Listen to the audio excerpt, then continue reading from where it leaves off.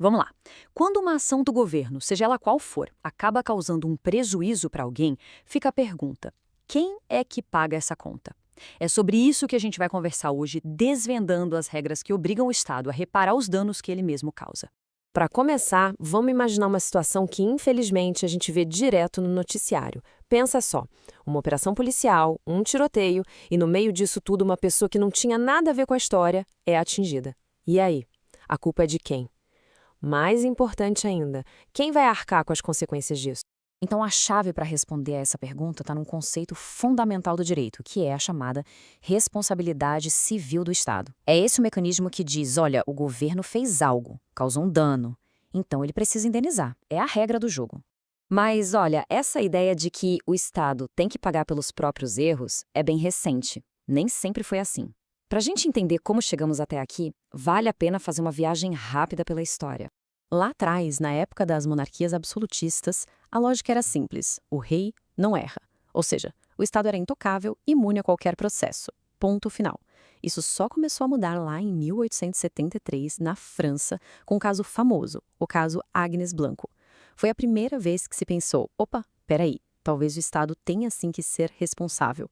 E essa ideia evoluiu até o que a gente tem hoje, a teoria da responsabilidade objetiva, que muda tudo e coloca a vítima no centro da discussão. E o que essa tal de abordagem moderna significa na prática? Significa que o foco mudou completamente. A questão não é mais ficar caçando um culpado específico dentro da máquina pública, mas sim olhar para o dano que foi causado e entender que ele precisa ser reparado. Na prática, com a responsabilidade objetiva, a vítima não precisa mais provar que o agente público, sei lá, o policial ou o motorista da ambulância, agiu com má fé ou foi negligente. Não. O que precisa ser provado são três coisas bem diretas: que houve uma ação do Estado, que houve um dano e, o mais importante, que uma coisa levou à outra. É o chamado nexo causal. Se essa ligação existir, a responsabilidade já está configurada. E essa responsabilidade tem, digamos, dois níveis. A regra geral é o que chamamos de risco administrativo.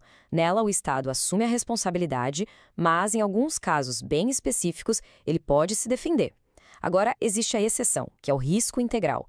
Aqui, meu amigo, não tem conversa. O Estado é sempre responsável, sem nenhuma brecha para escapar.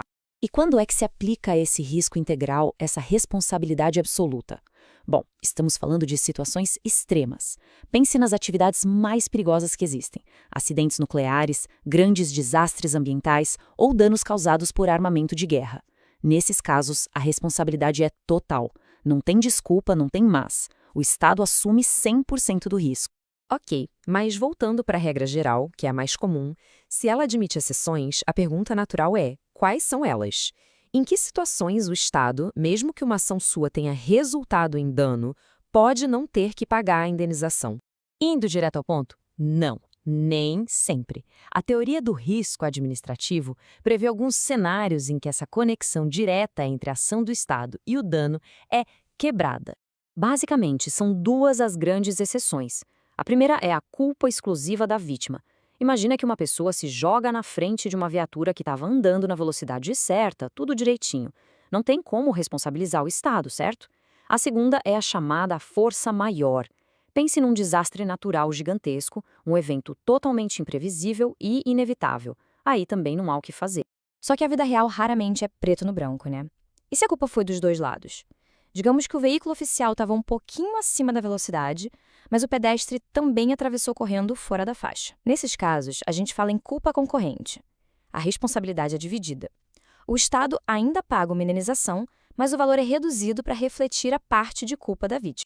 Certo, tudo isso é teoria, super interessante. Mas e na vida real? Como uma pessoa que sofreu um dano vai de fato buscar essa reparação?